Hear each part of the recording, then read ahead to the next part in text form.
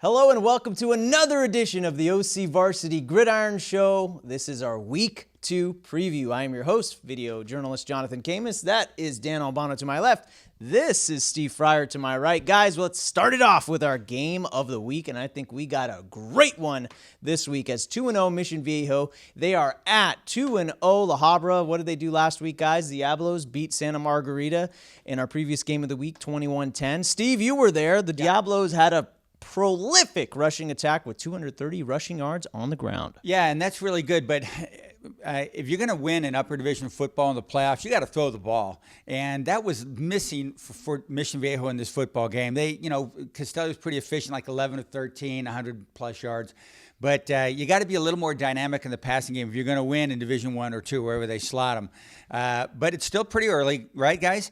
And Castelli, has missed a lot of practice time because of injury. So I think that they'll get it going. Maybe they'll get it going in this game, too. So that's what I saw Mission Viejo. But their front four on defense with Schwenke, Carrion, Kennelly, et cetera, man, they are just loaded up front, and they're a handful. They're going to be very disruptive for Ryan Zanelli and company. Yeah, I was just going to talk about that, Dan. The Mission Viejo passing attack last week, not an issue with La Habra last week. Ryan Zanelli with 5 touchdowns in the first half. He was on fire. The Highlanders' offense is looking strong, Dan.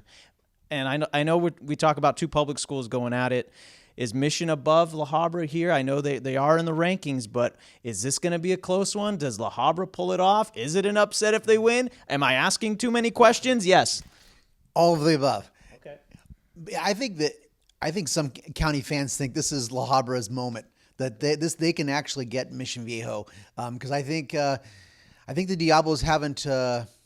I think some people probably haven't been overly impressed quite yet by the Diablos, even though I think anytime you beat a Trinity League team by double digits, you're doing something right. That's a big-time win. I think Diablos are kind of going, and Chad Johnson talked about earlier this year about, they're kind of going with the Real Mitchell type, Bosco running quarterback offense, and that's going to be a lot with a look. But the matchups are really great with when you have – La Habra, they just got to protect Zanelli. If they protect him and give him time, he's got lots of receivers.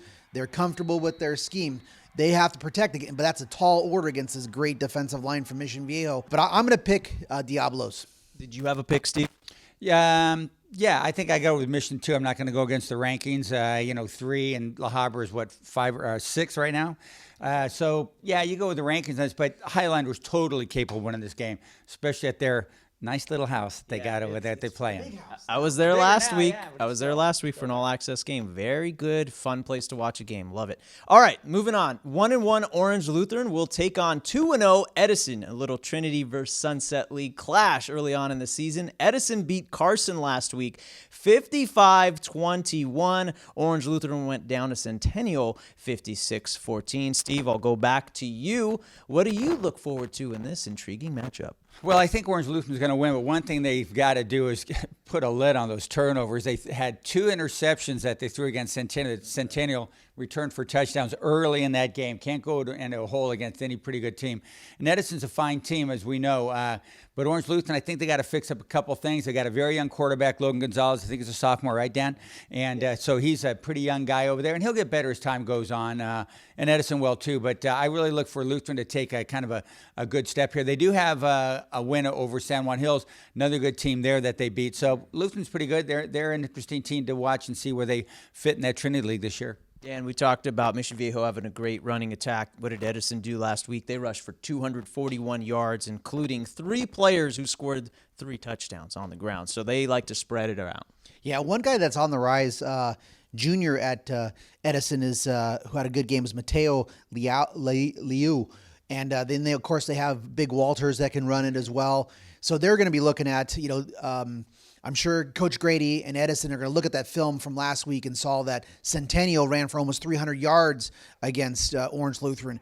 But I love this game because I think, Edison hasn't played anybody terribly strong, and this is a big test. They're at home for this game. So this is going to be a really intriguing game. And just like La Habra Mission, I won't be surprised and stunned if Edison wins. I won't be surprised if La Habra wins. I'm going to pick Olu, but I think this is a great game. And I like Olu because of their I think they're better on the both offense and defensive lines. Got some toss-ups this week. Let's go. All right, finally, we'll talk about 2-0 Newport Harbor taking on another undefeated team in 2-0 Aliso Niguel. Last week, Aliso beat Sunny Hills by the skin of their teeth. Last-second touchdown and two-point conversion gave the Wolverines the win over the Lancers. And on the other side, Newport Harbor beat Aptos. You familiar with Aptos, Steve? They beat them 31-28. They're up north. Central Okay. Quarterback Cole Lavin, he had 3 touchdowns passing. It's the first time the Sailors have been 2-0 since 2016. So good start for the Sailors, Steve. And you picked another tough game to decide here on who's going to win. You know, I'm going to go with Harbor again because I've been slotting them like around number 25 and all that. And, you know, even though Aliso Niguel, beat Sunny Hills, I could change my mind between now and Wednesday when I file that thing. But right now I'm going to go with Harbor. I really like this team. This program's on the upswing. I always enjoy seeing that. But Aliso's pretty good. You know, where do they fit in that Seaview League? I don't know. They're the second best team, maybe behind San Juan Hills in that league. So we'll have to see how that rolls out. But this is a coin flip game for me, guys. And I'm going with Harbor because I kind of think that they've got a little bit rolling right now. I think that I thought Aliso would beat Sunny Hills by a little larger margin than it was. So that's why I'm going with the Harbor Sailors. All right, Dan, look out for Kyle Kickelhan. He had 5 touchdowns last week. Yeah, 400 yards.